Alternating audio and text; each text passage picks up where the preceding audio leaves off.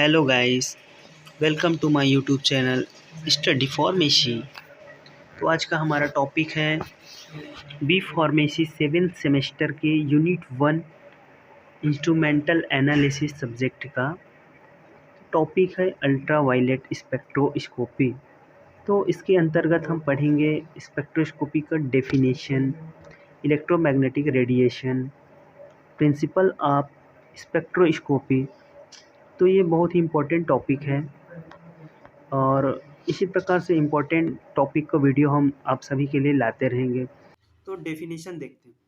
Spectroscopy are derived from two words. जो spectroscopy है वो टू वर्ड्स में डिराइव्ड है। एक हो गया स्पेक्ट्रम और एक स्कोपी। तो स्पेक्ट्रम मीन्स होता है light and scopy means to determine. और इसका जो डेफिनेशन है, spectroscopy is a technique of analysis of quantitative preparation of any sample with the help of spectrum और लाइट।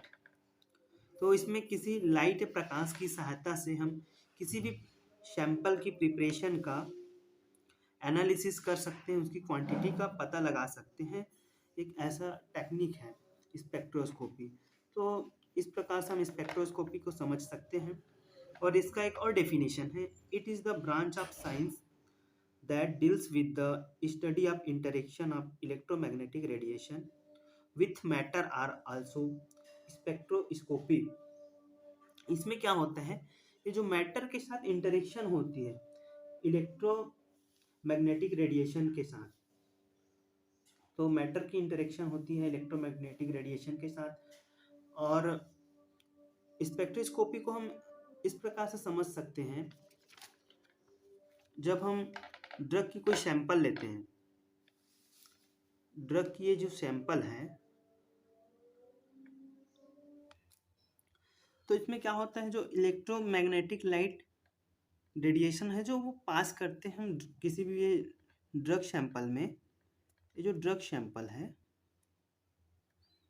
ड्रग सैंपल तो क्या करते हैं, वो लाइट को एब्जॉर्ब कर लेता है और कुछ को इमिट कर देता है। तो जब एब्जॉर्ब करता है लाइट को, तो क्या मिलता है हमें, लाइन ऑफ पोर्शन मिलता है।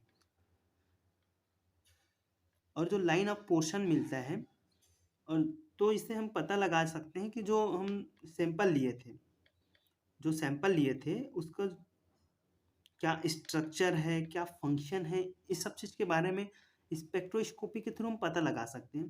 तो ये होता है स्पेक्ट्रोस्कोपी। अब इलेक्ट्रोमैग्नेटिक रेडिएशन देखते हैं, क्या होता है इलेक्ट्रोमैग्नेटिक रेडिएशन।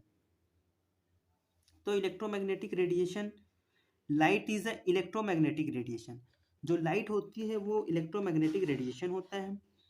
और इसमें क्या वेवलेंथ होता है, फर्स्ट तो वेवलेंथ होगा इसमें, लाइट रेडिएशन होगा उसमें, और इसका एक फ्रीक्वेंसी भी होती है। तो जो वेवलेंथ होता है, it is the distance between the adjacent crest in particular wave, it is denoted by lambda. तो आपको इस फिगर में दिख भी रहा होगा, इसका एक फिगर बना हुआ है, कैरेक्टरिस्टिक्स ऑफ वेव। तो इसमें क्या है, वेवलेंथ क्या है, जो वेवलेंथ है इसको लैम्डा से डिनोट करते हैं। और ये जो पीक पॉइंट है इसको हम क्रिस्ट बोलते हैं। जो क्रिस्ट की जो बीच की दूरी है उसको ही वेवलेंथ बोलते हैं।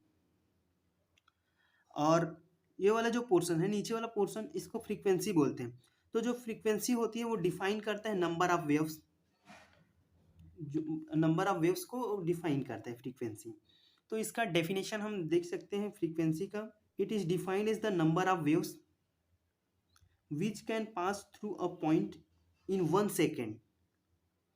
It is expressed as V, इसको वी से डिनोट करते हैं, इसको फ्रीक्वेंसी को वी से भी डिनोट कर सकते हैं, और इसी को न्यू बोलते हैं। और इन साइकिल्स पर सेकेंड और इन हर्ट्ज, इसकी जो यूनिट होती है वो हर्ट्ज होती है, इसकी जो यूनिट है वो हर्ट्ज होती है।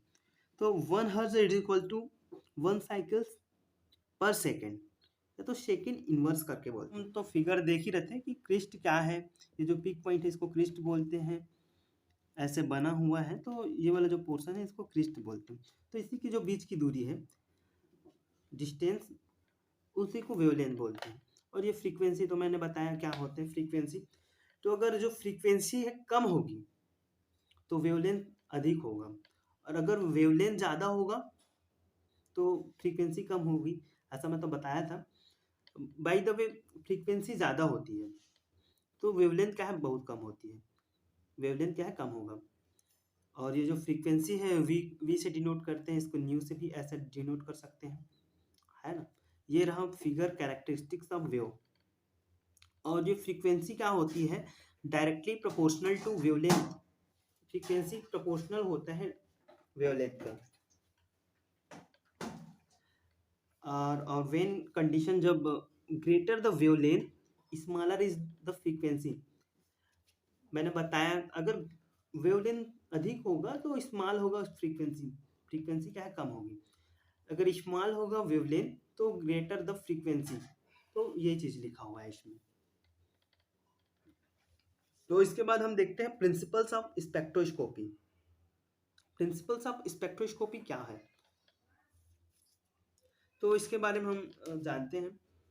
ये दो प्रिंसिपल पे वर्क करता है। First absorption spectroscopy and second emission. तो एब्जॉर्प्शन स्पेक्ट्रोस्कोपी, इसका डेफिनेशन देखते हैं हम। एन एनालिटिकल टेक्निक,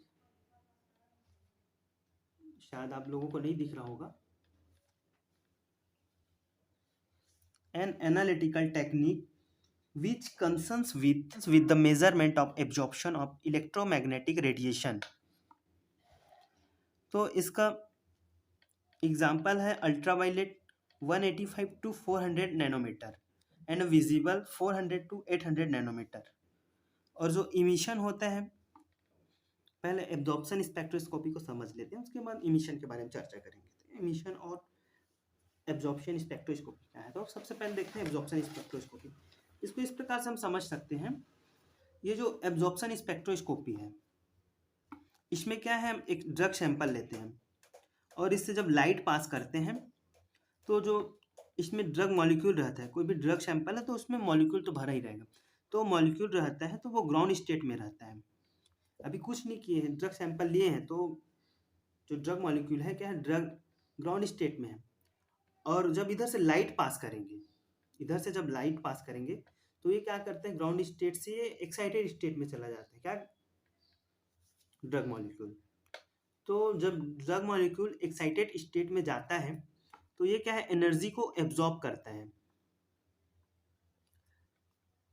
तो इसी को बोलते हैं एब्जॉर्प्शन स्पेक्ट्रोस्कोपी। एनर्जी को क्या है, एब्जॉर्ब करेगा।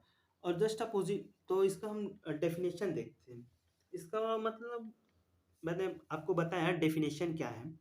तो इसमें इसको ऐसे भी बोल सकते हैं, when we pass light in drug sample, then drug molecule goes into the excited state, then the drug molecule are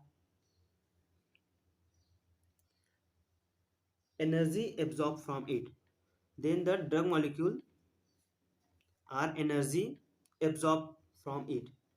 ये क्या है, एनर्जी को एब्जॉर्ब करता है। तो इस प्रकार से इसका डेफिनेशन भी लिख सकते हैं। और सेकंड होता है इमिशन स्पेक्ट्रोस्कोपी। इमिशन स्पेक्ट्रोस्कोपी में क्या होता है, ये जस्ट अपोजिट होता है एब्जॉर्प्शन स्पेक्ट्रोस्कोपी का। तो इसमें क्या है, जो ड्रग मॉलिक्यूल है वो एक्साइटेड स्टेट में रहता है, तो इसकी जो लाइफ टाइम है बहुत कम होती है। इसकी जो लाइफ टाइम है बहुत कम होती है। ग्राउंड स्टेट से क्या है, एक्साइटेड स्टेट में चला जाता है, लेकिन इसकी जो लाइफ टाइम बहुत कम होती है। तो ये क्या है, फिर से रिटर्न आता है ग्राउंड स्टेट में। तो जब ग्राउंड स्टेट में रिटर्न आता है तो ये क्या है, एनर्जी को रिलीज करती है। तो इसको बोलते हैं इमिशन स्पेक्ट्रोस्कोपी। तो इसका हम डेफिनेशन देखते हैं। इसका डेफिनेशन क्या है, an analytical technique in which emission of a particle or radiation is dispersed according to some properly of the emission and the amount of dispersion is measured। और इसका जो एग्जांपल है मास स्पेक्ट्रोस्कोपी। इमिशन स्पेक्ट्रोस्कोपी का example क्या है, mass spectroscopy. तो इस प्रकार से हम समझ सकते हैं कि स्पेक्ट्रोस्कोपी क्या है और इसका प्रिंसिपल क्या है, इलेक्ट्रोमैग्नेटिक रेडिएशन क्या है। तो फ्रेंड्स, मेरे ख्याल से आप सभी को हमारी वीडियो पसंद आया होगा। तो इसी प्रकार से हम नए नए इम्पोर्टेंट टॉपिक का वीडियो लाते रहेंगे, और आप सभी हमारी वीडियो पसंद आए तो लाइक करें, सब्सक्राइब करें और शेयर करें।